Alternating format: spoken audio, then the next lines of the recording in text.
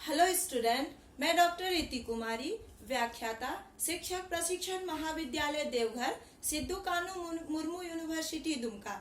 मैं आज पुनः आपके सामने एक नया टॉपिक लेके हाजिर हुई हूँ, जिसको आप लोग सुनने से आप लोगों को जो आने वाले दिनों में जो आप लोगों की प्रतियोगिता परीक्षाएं होने वाली हैं, जैसे सी टेट, जे टेट या अन्य टेट, उसके साथ साथ आप बीएड के सिलेबस में आपके सेमेस्टर 1 के यूनिट 7 में भी आपका ये टॉपिक है और डीएलएड कोर्स में भी है, एमएड कोर्स में भी है, बहुत सारे कोर्स में है। जो भी शिक्षक प्रशिक्षण ले रहे हैं उन छात्रों के लिए ये विशेष उपयोगी है। इसके साथ साथ मैं आपको ये भी बता दूं कि ये जो हमारा टॉपिक है ये हमारे समाज के संवेदनाओं के साथ भी जुड़ा हुआ है। आज का हमारा टॉपिक है इंक्लूसिव एजुकेशन, समावेशी शिक्षा। एक ऐसी शिक्षा जिसको हम लोग समाज के सभी वर्गों के बच्चों को साथ में लेके चलने की बात करते हैं। एक ऐसी शिक्षा जिसको डायरेक्ट हम समाज के साथ जोड़ते हैं और बच्चे को ये सिखाते हैं कि कोई भी बच्चा एक दूसरे से अलग नहीं है। वो सामान्य रूप से सामान्य कक्ष में सामान्य शीर्षक को सही रूप से सीख सकते हैं। जैसे कि हम लोग पहले से भी इस विषय में हम चर्चा किए थे कि एक शिक्षक जो होते हैं उनका ये कर्तव्य होता है कि वो सभी छात्रों को साथ में लेके चले। तो सबसे पहले मैं प्रतियोगिता परीक्षा के प्रतियोगी छात्रों के लिए हम ये बता दें कि जैसा कि ये एक कहावत है, मेरे द्वारा ही, कोई विद्वान ने नहीं कहा, मैं आपको इसको सिंपल वर्ड में समझाती हूँ। जैसे कि कोई भी व्यक्ति जो कि गंगा किनारे पहुंच जाता है वो गंगा में स्नान कर लेता है, डुबकी लगा लेता है। वैसे कोई भी छात्र, कोई भी स्टूडेंट जब बीएड में एडमिशन ले लेता है तो वो एन कैन प्रकार पास कर ही जाता है। लेकिन प्रतियोगिता परीक्षा जो है उसको फेस करना और उसमें सफल होना समंदर से मोती चुगने के समान है, जिसमें बहुत मेहनत करना पड़ता है आपको।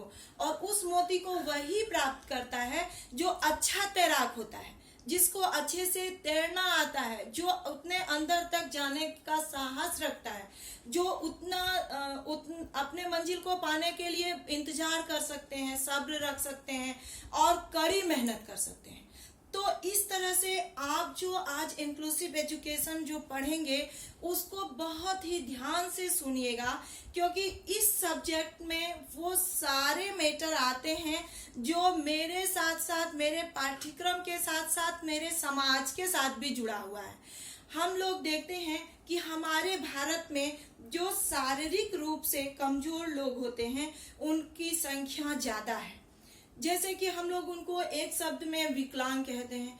हमारे भारत में जो आज एक विकसित देश नहीं बन पाया है बल्कि एक विकासशील देश बनकर रह गया है, इसका एक मुख्य कारण यह भी है, एक मुद्दा यह भी है कि हम लोग सभी वर्गों के बच्चों को, सभी तबके के बच्चों को शिक्षा नहीं दे पा रहे। तो सरकार ने इसी विषय में पहल की है और इसको आगे लेके चलने की योजना बनाई है, जिसमें कि समावेशित शिक्षा को हमारे सिलेबस में यानी शिक्षक प्रशिक्षण का जो पाठ्यक्रम है इसके साथ जोड़ा गया है। छात्र शिक्षा किसी भी समाज की एक महत्वपूर्ण कड़ी होती है और उसके बिना किसी भी समाज का विकास संभव नहीं है। हम लोगों को सबको साथ में लेके चलने के लिए, सबको अच्छे से साथ में लेके चलने के लिए हम लोगों को यहाँ पे समावेशित शिक्षा पर जोर देना ही होगा और हमारे पाठ्यक्रम में इसको स्थान देने का भी यही एक मुख्य मुद्दा है। भारत के विशिष्ट शिक्षा आयामों में एक महत्वपूर्ण आयाम समावेशित शिक्षा है। भारत में शारीरिक रूप से चुनौती झेल रहे लोगों की संख्या ज्यादा है।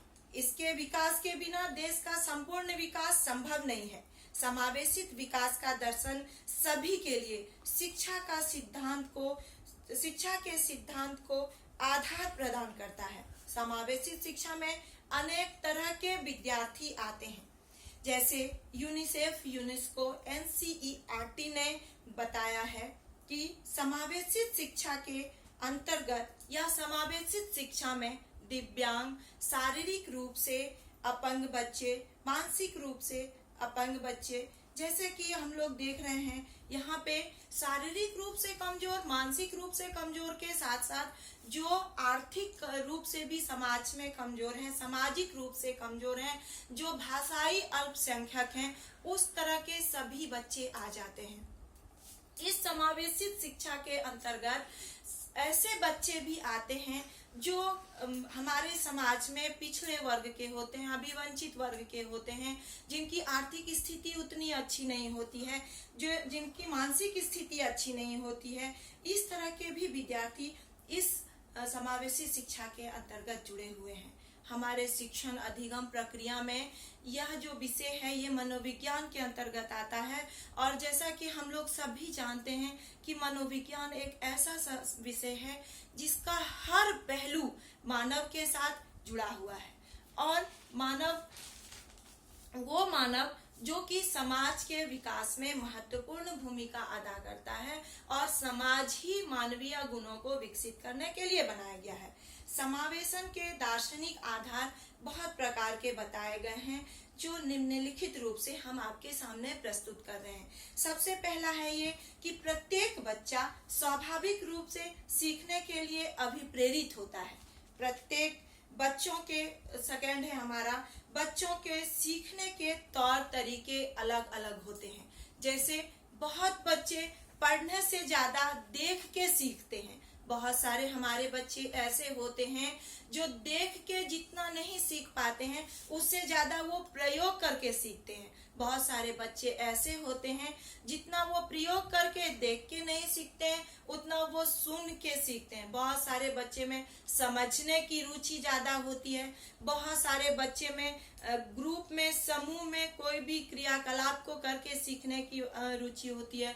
बहुत सारे बच्चे ऐसे होते हैं जो अनुभव से ही सीख जाते हैं। बहुत सारे ऐसे बच्चे हैं जो प्रयोग करके सीखते हैं। बहुत से ऐसे बच्चे भी होते हैं जो सुनते भी हैं, सीखते भी हैं, अनुभव भी करते हैं, प्रयोग भी करते हैं, और साथ ही साथ उसका चिंतन भी करते हैं, मंथन भी करते हैं।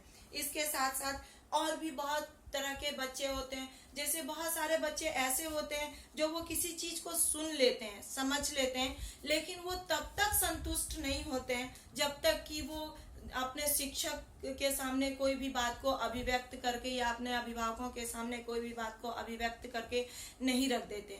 तो इस तरह से हम ये देख रहे हैं कि हमारे एक कक्ष में कितने तरह के बच्चे होते हैं, और उन सभी बच्चों को हमको एक टॉपिक, एक शीर्षक को पढ़ाना होता है, और उसको हम लोग एक साथ शिक्षा में आगे बढ़ने के लिए उत्प्रेरित करते हैं। तो इस तरह से हम लोग समावेशित शिक्षा में देख रहे हैं कि इसमें एक शिक्षक की जिम्मेदारी बहुत ज्यादा बढ़ जाती है, क्योंकि एक शिक्षक इतने तरह के बच्चे को, जिसकी मानसिक स्थिति अलग होती है, जिसकी शारीरिक स्थिति अलग होती है, जिसकी बौद्धिक स्थिति अलग होती है, जिसकी सामाजिक, सांस्कृतिक, आर्थिक, भाषाई अलग होती है, भाषा अलग होता है, इस तरह से अलग अलग तरह के बच्चे को हम लोग एक जगह इकट्ठा करके उसको समुचित शिक्षा देने का प्रयास करते हैं। सरकार की भी यह पहल बहुत ही सराहनीय है। अगर समावेशित शिक्षा में सभी बौद्धिक वर्ग के लोग, सभी शिक्षक अगर इसमें रुचि लेने लगे तो हमारा भारत भी एक दिन विकासशील देश हो जाएगा और कहलाएगा। इसमें हम आपको और आगे तीसरा पॉइंट बता रहे हैं। इसमें है बच्चों को सीखने सिखाने के क्रम में समुचित अवसर देने की आवश्यकता होती है।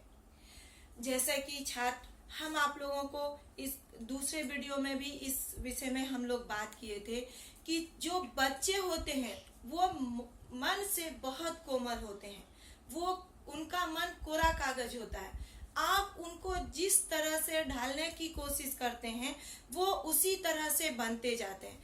तो जैसे कि हम लोग समावेशित शिक्षा की बात कर रहे हैं, सभी वर्ग के बच्चे को साथ में लेके चलने की बात कर रहे हैं, तो ऐसी स्थिति में हमारे कक्ष में या फिर हमारे अन्य क्रियाकलाप में वो सभी साधन उपलब्ध होने चाहिए जो बच्चे के लिए उचित हो। इसके साथ साथ हमारा अगला पॉइंट है, बच्चों के मानसिक रूप से रुचि लेने, सीखने सिखाने के लिए उचित वातावरण निर्मित करने की भी आवश्यकता होती है। सबसे बड़ी बात है छात्रों यहाँ पे कि बच्चे होते हैं, उनको पढ़ाने के लिए सबसे पहले समुचित वातावरण का रूप यहाँ पे निखारना होता है, लाना होता है, दिखाना होता है। अगर हम समुचित वातावरण बना पाएंगे शिक्षण का, तो हम बच्चे को समुचित शिक्षा दे पाएंगे। अगर हमारा वातावरण ही नहीं बनेगा तो हम समुचित शिक्षा बच्चे को नहीं दे पाएंगे। इस प्रकार हमारा अगला पॉइंट है, शिक्षार्थियों की सामाजिक, आर्थिक, सांस्कृतिक, भाषाई पृष्ठभूमि के प्रति आदर रखना। ये सबसे बड़ी बात है। एक शिक्षक को ये सबसे महत्वपूर्ण पहलू पे ध्यान देना होगा कि हमारा समावेशी शिक्षा तभी सफल हो पाएगा जब हम शिक्षक अपने सभी बच्चों के सामाजिक, आर्थिक, सांस्कृतिक, भाषाई पृष्ठभूमि के प्रति आदर रखें, सम्मान रखें, उनका मजाक न उड़ाएं, उनको सबको ये समझ में आए कि यहाँ पे जिस विद्यालय में हम आते हैं या जिस शिक्षक के पास हम शिक्षण ग्रहण करने आते हैं, वहाँ पे हमारे साथ साथ हमारी सभ्यता, हमारी संस्कृति को भी सम्मान मिलता है। इस तरह से बच्चे में एक आत्मविश्वास आता है, एक विश्वास आता है, उसको ये लगता है कि ये मेरे लिए सेफ जगह है, अच्छा जगह है और हमको यहाँ पे कुछ अच्छा सीखने का अवसर प्राप्त होगा। आगे हम आप लोगों को इस विषय में बता रहे हैं समावेशी शिक्षा के उद्देश्य। आखिर समावेशी शिक्षा के क्या उद्देश्य हैं? आखिर इस समावेशी शिक्षा को हमारे पाठ्यक्रम के साथ क्यों जोड़ा गया है और इसकी आवश्यकता हमारे देश को क्यों पड़ी? इसके लिए सबसे पहला हमारा पॉइंट है, बालकों में समाज के प्रति सकारात्मक दृष्टिकोण लाना। बच्चे जो होते हैं, ये हम आपको पहले भी बताया है, जो बच्चे होते हैं वो मन से बहुत कोमल होते हैं। जब धीरे धीरे उनकी अवस्थाएं विकसित होने लगती हैं, यानी वो शिशुआवस्था से किशोरावस्था की ओर बढ़ते हैं, तो उस जो उनका जो शिक्षण प्रक्रिया का जो समय होता है, उनका जो वो एज होता है जिसमें कि वो शिक्षा प्राप्त करने के लिए विद्यालय से निकलकर स्कूल जाते हैं, उस समय के बच्चे के मन में बहुत तरह की बातें होती हैं, बहुत तरह के कंफ्यूजन्स होते हैं। वो मन में सोच नहीं पाते हैं कि कौन उसका अपना है, कौन पराया है, कौन उनको डांट देंगे, कहाँ वो डर जाएंगे, कहाँ पे उनको अपमानित किया जाएगा, कहाँ पे वो हो सकता है कि वो शिक्षक को सही जवाब ना दे पाए, तो उसके लिए भी उनको बहुत तरह की बातें सुननी पड़े। तो इसके लिए बच्चे जो होते हैं वो डरे सहमे रहते हैं। तो ऐसी स्थिति में बालकों के विकास के लिए सबसे पहले सबसे सहायक वातावरण जो है वो उपलब्ध कराना। इसमें सबसे अहम भूमिका परिवार में माता पिता, अभिभावकों के साथ साथ समाज के बौद्धिक वर्गों के साथ साथ शिक्षकों की भी है। शिक्षक बच्चे में ये विश्वास पैदा कराएं कि यहाँ पे आपके लिए एक ऐसा माहौल तैयार है, एक ऐसा वातावरण तैयार है जो आपके सुनहरे भविष्य को निर्मित करता है। इस विश्वास से बच्चे के अंदर एक आत्मविश्वास जगेगा और वो अपने विकास में शिक्षकों का सहयोग कर पाएंगे। आगे हमारा है बालकों में समाज के प्रति सकारात्मक दृष्टिकोण लाना। सबसे पहले बालक जब खुद के विकास के बारे में सोच पाएंगे, जब वो खुद के विकास के बारे में जान पाएंगे, उनको आत्मविश्वास होगा, तब वो अपने समाज के प्रति सकारात्मक दृष्टिकोण ला पाएंगे। एक्चुअली होता क्या है कि जो बच्चे होते हैं, जो किसी तरह से जो विकलांग बच्चे होते हैं या अभिवंचित वर्ग के बच्चे होते हैं या जो गरीब तबके के बच्चे, आर्थिक रूप से कमजोर बच्चे होते हैं या फिर जो मानसिक रूप से कमजोर बच्चे होते हैं, उनके मन में एक कुंठा होती है, उनके मन में एक शंका होती है। उनको ये लगता है कि हमको समाज में कभी भी आदर सम्मान नहीं मिल सकता है। उन हमको कोई भी कभी भी आदर सम्मान नहीं दे सकते। तो उस स्थिति में उसके मन में एक हमेशा एक सशंकित भय एक लगा रहता है कि हो ना हो हम यहाँ पे नहीं कुछ कर पाए, हम आगे नहीं पढ़ पाए, लोग मेरा मजाक उड़ाए। तो सबसे पहले बालकों में समाज के प्रति सकारात्मक दृष्टिकोण लाने के लिए समाज के लोगों को आगे आना होगा और बच्चों में ये विश्वास दिलाना होगा कि हर बच्चा कुछ ना कुछ करने की क्षमता रखता है और वो जो भी चाहे, जिस मंजिल को चाहे, वो अपने मेहनत के बल पे प्राप्त कर पाता है। शारीरिक रूप से कमजोरी या मानसिक रूप से कमजोरी या आर्थिक रूप से कमजोरी बच्चे के मंजिल में बाधा साबित नहीं होगी अगर बच्चा मेहनत करेंगे तो। इस तरह से बच्चों में एक सकारात्मक सोच लाने के लिए समाज की भूमिका भी अहम होती है। तो सबसे पहले बच्चे को खुद में आत्मविश्वास, बच्चे को समाज में आत्मविश्वास जगाने के लिए भी लोगों को आगे आना होगा, अभिभावकों को आगे आना होगा, सामाजिक वर्ग के लोगों को आगे आना होगा, शिक्षक को आगे आना होगा। उसके बाद हम बालकों को सही दशा एवं दिशा प्रदान कर पाएंगे।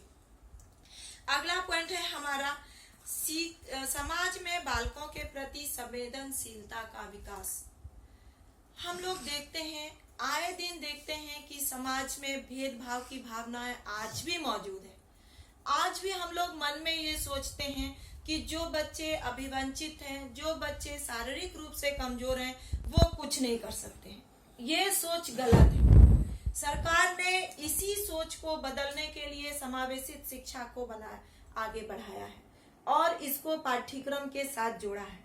हर बच्चे में कुछ ना कुछ खासियत होती है और उसमें कुछ ना कुछ बनने की क्षमता होती है। अगर वो बच्चा का सही दिशा में मेहनत कराया जाए, अगर उसको सही समय में स्कूल पहुंचाया जाए, उसको सही समय में शिक्षकों का संरक्षण प्राप्त हो, अभिभावकों का संरक्षण प्राप्त हो, समाज में सहयोग प्राप्त हो, तो बच्चा अपेक्षित ऊंचाइयों को प्राप्त कर सकता है। तो बच्चे को जो सामाजिक वर्ग के, जो बौद्धिक वर्ग के लोग हैं, उनको उस तरह के बच्चे के प्रति संवेदनशील होना चाहिए जो किसी कमी के वजह से आगे बढ़ने में हिचकिचाते हैं, आगे नहीं बढ़ पाते या सबको साथ में लेके चलने की हिम्मत उनमें नहीं है। तो वैसे बच्चों को हम सामाजिक वर्ग के लोग, बौद्धिक वर्ग के लोग, उसको हम लोग सपोर्ट कर सकते हैं, उसका सहयोग कर सकते हैं और उसको हम लोग आगे बढ़ा सकते हैं। एंड नेक्स्ट है मेरा सीखने की प्रवृत्ति का विकास। बालक मन से बहुत भोले होते हैं। जैसे जैसे वो बड़े होते हैं वैसे वैसे वो कुछ ना कुछ करते हैं। सही रास्ता मिलने में वो सही काम करते हैं, गलत रास्ता मिलने से वो भटक जाते हैं। तो इस तरह से बच्चे में समुचित विकास करने के लिए या सीखने की प्रवृत्ति का विकास करने के लिए एक शिक्षक की जिम्मेदारी अहम होती है। वो स्कूल में बच्चे को समावेशित शिक्षा के दरमियान एक ऐसा वातावरण वहां पे बनाए कि बच्चे वहां पढ़ाई में रुचि ले, बच्चे वहां समूह में खेल के सीखने के प्रति रुचि ले, बच्चे शिक्षकों के बातों को ध्यान से सुने, बच्चे की मन में ऐसी भावना आए कि ये मेरे लिए एक सहयोगी वातावरण है और हमको यहाँ कुछ सीखने के लिए मिलेगा और जो हमारे भविष्य को उज्जवल बनाएगा। बच्चे में इस तरह की प्रवृत्ति को जागृत करने के लिए यहाँ पे शिक्षकों की जिम्मेदारी अहम हो जाती है। शिक्षकों को सबसे पहले यहाँ कुछ मुख्य शिक्षण विधि का प्रयोग करना पड़ता है, कुछ शिक्षण सामग्रियों का प्रयोग करना पड़ता है, कुछ अलग क्रियाकलाप कराने पड़ते हैं ताकि बच्चों की प्रवृत्ति जो शिक्षण के प्रति है, शिक्षण अधिगम के प्रति जो उनकी प्रवृत्ति है, वो थोड़ा सा जगे। और जैसे जैसे बच्चे रास्ते में आने लगते हैं, उनको पढ़ाई में रुचि आने लगती है, तो वो धीरे धीरे अपने आप उस और आगे बढ़ने लगते हैं और उनके मन में भी एक प्रतियोगिता आती है कि मुझे भी कुछ करना है। तो इस तरह से हम लोग हर एक पॉइंट में देख रहे हैं कि समावेशित शिक्षण में हम वो सारे बालकों को साथ लेके चल सकते हैं जो सामान्य के साथ साथ विशिष्ट भी हैं। इस तरह से हम लोग दोनों वर्गों के छात्रों को समान रूप से साथ लेके चल सकते हैं। आगे हमारा पॉइंट है बालकों में आत्मविश्वास जागृत करना। ये पॉइंट सारे पॉइंट्स के साथ चल रहा है, सारे मुख्य बिंदु के साथ हमारी ये बात चल रही है कि किसी भी कार्य को सुचारू रूप से सही ढंग से करने के लिए सबसे पहले आत्मविश्वास का होना बहुत जरूरी है। तो बच्चे में आत्मविश्वास जागृत करना बहुत जरूरी होता है। आगे हमारा पॉइंट है बालकों में नवजीवन का संचार करना। जो बच्चे होते हैं वो जब इस दुनिया में आते हैं तब से लेके वो कुछ ना कुछ सीखते रहते हैं, लेकिन उनको ये पता नहीं होता है कि एक्चुअल में हमको क्या करना है जो हमको सही दिशा तक ले जाएगा। इस तरह से बच्चे को समावेशित शिक्षा में ऐसी ऐसी बिंदुओं की जानकारी देनी चाहिए, ऐसे ऐसे बातों से उनके मन को जागृत करना चाहिए, उनमें उत्साह पैदा करना चाहिए, उनमें हर्ष उल्लास की भावना जागृत करनी चाहिए कि बच्चे में के मन में एक नवजीवन का संचार हो, एक खुशी हो, वो ये समझ पाए कि हम जो करेंगे वो सही है और मेरे द्वारा किसी का सहयोग, किसी की अच्छाई, किसी की भलाई हो सकती है और वो खुद में एक अच्छे इंसान को विकसित करे। इस तरह हम लोग इस विषय में देख रहे हैं कि समावेशित शिक्षा के माध्यम से हम ऐसे बच्चे को जो कि पिछड़े वर्ग के हैं, अभिवंचित वर्ग के हैं, जो आर्थिक सामाजिक सांस्कृतिक रूप से कमजोर हैं, जो श्रवण बाधित हैं, जिनको दिखाई नहीं पड़ता है, जो शारीरिक रूप से कमजोर हैं, जो भाषाई अल्पसंख्यक हैं, वैसे सभी बच्चे को हम साथ में लेके चलते हैं और उसको हम सही दशा एवं दिशा प्रदान करते हैं, सही शिक्षा प्रदान करते हैं। अतः हम यहाँ पे निष्कर्ष के रूप में यह कह सकते हैं कि समावेशी शिक्षा ही वह जरिया है जिसके द्वारा हम वंचित समाज के लक्ष्यों को पूरा कर सकते हैं या पूरा किया जा सकता है। समावेशी शिक्षा के लक्ष्य को बनाने के लिए बच्चों को परिवार, विद्यालय एवं समाज से ऐसी समावेशी अनुभव, समावेशी व्यवहार, समावेशी विश्वास एवं समावेशी संस्कृति उपलब्ध कराई जानी चाहिए जिससे वह एक ऐसे लोकतांत्रिक नागरिक के रूप में विकसित हो सके जो हमारे समाज व हमारे देश के मूल्यों को दृढ़ता पूर्वक रख सके या ला सके या खुद में विकसित कर सके। इस तरह से छात्रों, आज हम आपको समावेशिक शिक्षा के कुछ मुख्य बिंदुओं की चर्चा कर रहे थे। आगे हम अगले वीडियो में इसको पूरा कर देंगे। तो सबसे पहले आप यहाँ पे ये ध्यान देंगे कि समावेशी शिक्षा है क्या। आपके लिए आज का हमारा होम असाइनमेंट गृह कार्य ये है कि आप सबसे पहले अपने तरीके से ये लिखेंगे कि समावेशी शिक्षा क्या है और इस शिक्षा के माध्यम से हम लोग अपने समाज, अपने देश को कैसे आगे बढ़ा सकते हैं और कैसे अभिवंचित वर्ग के बच्चों को सही रास्ते में ला सकते हैं, सही मंजिल तक पहुंचा सकते हैं।